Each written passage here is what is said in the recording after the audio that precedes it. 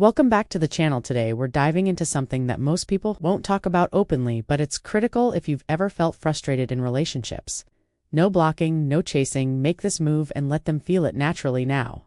I know that might already sound controversial, even counterintuitive, because so many of us have been taught to either chase relentlessly or cut someone off entirely when things get tricky. But what if I told you there's a more powerful way, one that doesn't involve drama games or emotional extremes, and yet can shift the entire dynamic in your favor?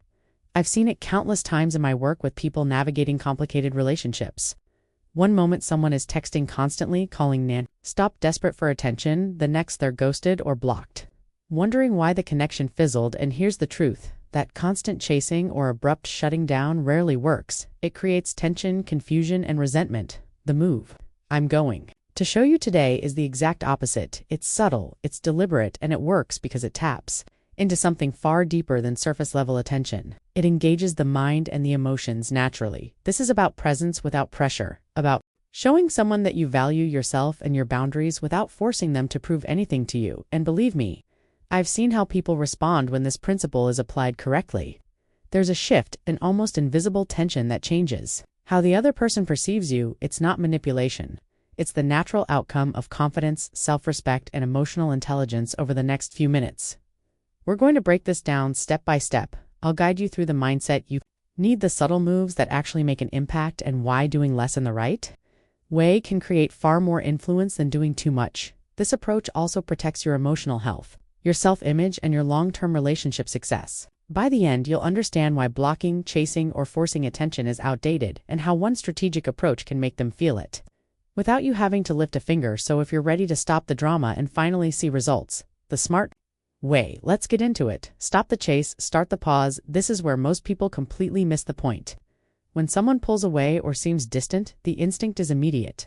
Text them, call them, try to fix it, or prove your value by chasing harder. I've seen it hundreds of times in my practice. People exhausting themselves, sending multiple messages, analyzing every word, hoping for reassurance. But what if I told you that the moment you stop, that exact pause can carry far more power than anything you do in pursuit? Think of it like this: when you chase someone, you're communicating need, desperation, and uncertainty. These are not qualities that make a person feel secure or drawn to you in therapy sessions.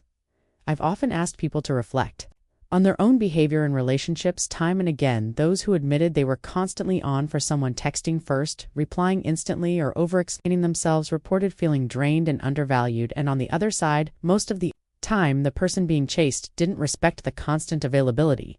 They either took it for granted or felt smothered. Now, the pause I'm talking about isn't about punishment or games. It's about creating space while maintaining your own emotional stability. It's a deliberate step back, not out of anger, but out of self-respect. When you stop chasing, you signal that your time, your attention, and your energy are not freely available for someone else to take.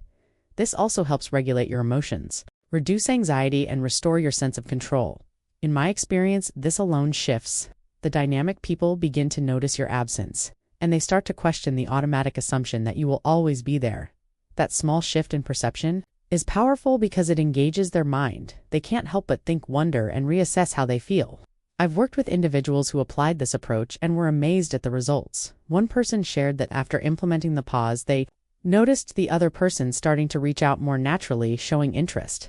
Without the need for constant prompting, the energy in the relationship subtly changed. They became intrigued, more attentive, and even affectionate without any forced effort. That's the beauty of this move. It's not about manipulation. It's about aligning your actions with your self-worth and letting the natural dynamics of attention, respect, and attraction do the rest. So if you're constantly chasing someone, feeling anxious, or overthinking every interaction, this is your first step. Stop, pause, let your presence carry weight. By not being endlessly available, trust that when applied correctly, this move creates curiosity, respect, and genuine interest without drama. Without fights, without unnecessary pressure. You'll find that people respond more to the calm, grounded version of you than the desperate version.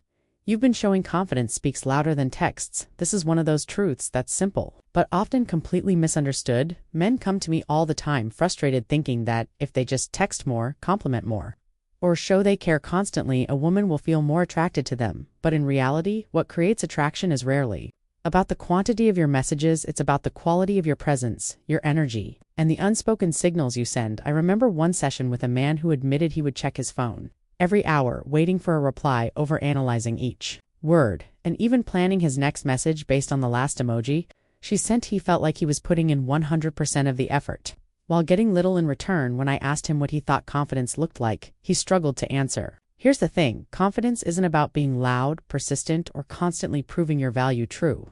Confidence is calm, composed, and grounded in the knowledge that your worth doesn't depend on someone else's attention when you approach interactions. From this mindset, everything changes. Sending one thoughtful message, keeping your tone measured, and then stepping back communicates far more than a dozen desperate texts. Men often underestimate the subtle power of restraint. In my experience, a man who shows he has his own life, his own priorities, and doesn't need constant validation becomes instantly more appealing. Women notice it. It's in the energy, not the words. Confidence also shows in how you carry yourself outside of texting. I've worked with clients who began implementing simple routines, focusing on their fitness hobbies or personal growth, while maintaining minimal but meaningful communication with the person they were interested in. The result was remarkable, they reported. That women started to initiate conversations, check in more genuinely, and even express curiosity about their lives because confidence creates scarcity without trying. It signals that you're a man who values himself, and people naturally respond. 2. That your attention is your currency. Don't spend it recklessly trying to earn someone's approval. When you slow down, when you let your confidence shine through your actions rather than your texts, you become magnetic. This isn't about arrogance or coldness. It's about balance. It's about creating space for respect, curiosity, and genuine attraction to grow.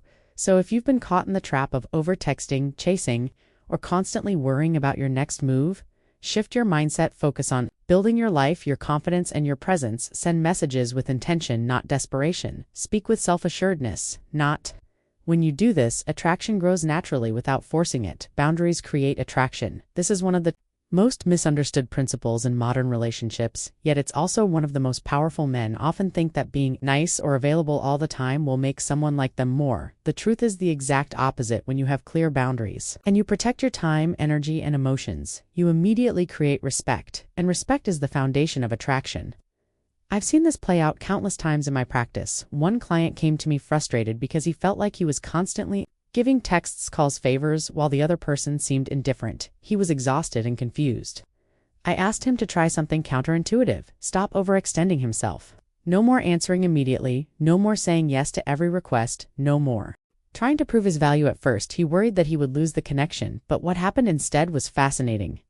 The other person started noticing him differently. They became curious, engaged more genuinely, and even expressed appreciation he hadn't seen before. Boundaries are not about being cold or unkind. They're about valuing yourself enough to say, this is what I can give, and this is what I won't compromise on. That energy, self-respect, and action is magnetic. It communicates that you're not desperate for approval and that your life has weight, purpose, and priorities beyond waiting for someone else's attention. Boundaries also protect your emotional well-being. They prevent resentment, burnout, and emotional exhaustion. By creating boundaries, men not only improve relationship dynamics, but also feel more confident, grounded, and at peace with themselves. That internal calm shows externally, and it changes everything. Boundaries also create healthy tension, the kind that draws someone in rather than pushes them away. When you're too available, interactions become predictable. But when you have boundaries, your attention becomes valuable, your time limited, and your presence meaningful. Once you have negotiables, people begin engaging with you differently, respecting your space, valuing your attention, and feeling